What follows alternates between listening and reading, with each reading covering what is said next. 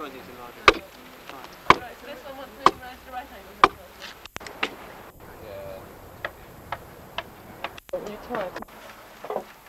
Actually, we have 4 to get them moved. Eh? We got a big egg. Oh. Start up here. Yes, there's one actually.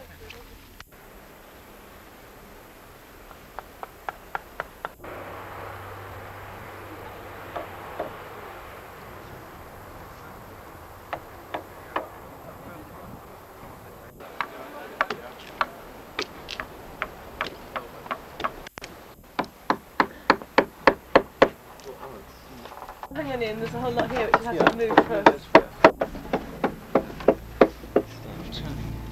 That's alright, use the bend. Well, the advantages of West Stow are twofold, really. Firstly, it is a fully excavated Anglo-Saxon village, therefore we've got good, clear archaeological lines on which to rebuild.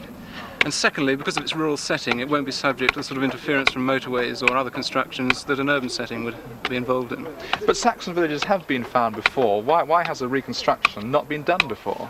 Well, in fact, very few Saxon villages have been excavated. This is the only one which has been completely excavated. There's another one in the process of being excavated, but this is in a gravel quarry on the Thames. And there hasn't been anything which has been in a suitable site, which has been excavated before, to be reconstructed. And also, reconstruction is very much a new thing, which people are only just beginning to realise the importance of. Well, can I ask you, from the layman's point of view, if we look in this hole here, now what is it that tells you as archaeologists that there was in fact a Saxon dwelling on this site? Because to me it just looks like a sort of sandy hole. Yes, well, it's very much a matter of the textures and colours of the soil. We know that the natural soil here is the sand, which is yellow. And we know that the infill, which we took out of this, was a darker colour, and therefore it was put in after the pit had been dug out. So we know that this was an originally dug out Anglo-Saxon pit. And then presumably also, when the site was excavated, there were sort of bones and things like that to suggest habitation as well, were there? Oh yes, that as well. And of course there's those 6 post holes, which were also of a darker texture. Well, fine. That brings us on to the structure you're putting up here. Now, are you working from crude drawings of what Saxon huts look like, or are you just making an intelligent guess? Well, there are no drawings. The earliest drawings really are in the Bayeux Tapestry, which is much later than this. This is 400 to 650. And so we're in fact within the known limits of their technology and the tools that were available to them, making the best possible reconstruction based purely on the archaeological evidence and putting in nothing which would have been found if it had been there. Everything is very much an architect's conjecture based on the post holes and the size of the pit. And what will you cover the outside with? Will it be a wattle and daub job? There is evidence for wattle and daub in this village complex, but not on this particular hut. So we're thinking of planking the walls and thatching the roof. Is this something that Saxons could have done? They used planking, did they? Oh, certainly. There is evidence. Some of the huts have been burnt, 2 of them here, and from the charred remains you can tell that they used planks and of what kind of wood they were, which was oak in this case. Well, can we come to these sort of fairly fearsome looking sort of implements in your hand? To what extent are you restricting yourself to just using tools that would have been available to people in Saxon times in your reconstruction work?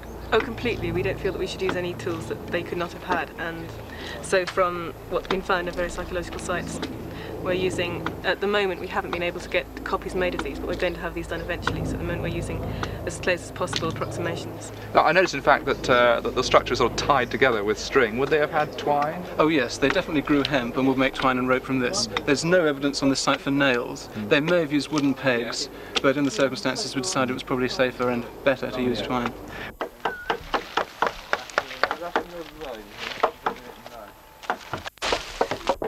Yeah, see what happens. Do you lash it up, then tap on it, or something? Okay.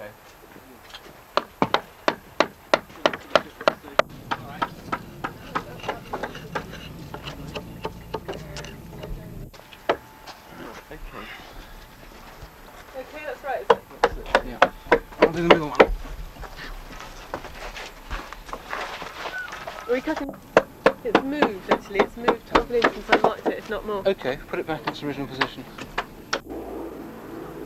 Well, we're hoping in the long term that this site will develop into crop cultivation and animal husbandry, which of course will involve us in work of several decades, plus subsidiary activities such as weaving and perhaps clay working. There's a clay source nearby which we could use.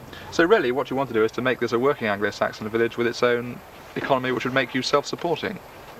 Yes, that's our final hope. particularly, we don't want to just build a house. We want to see how it works and how the whole Anglo-Saxon community worked and how they could have, the crops they could have grown. We're going to experiment with some crops which are no longer grown, which we know were grown in Anglo-Saxon times and which are found wild locally.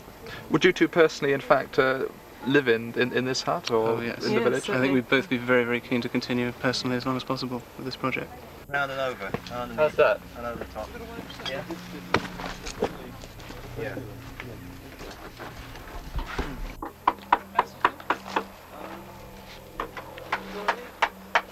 Well, I need one.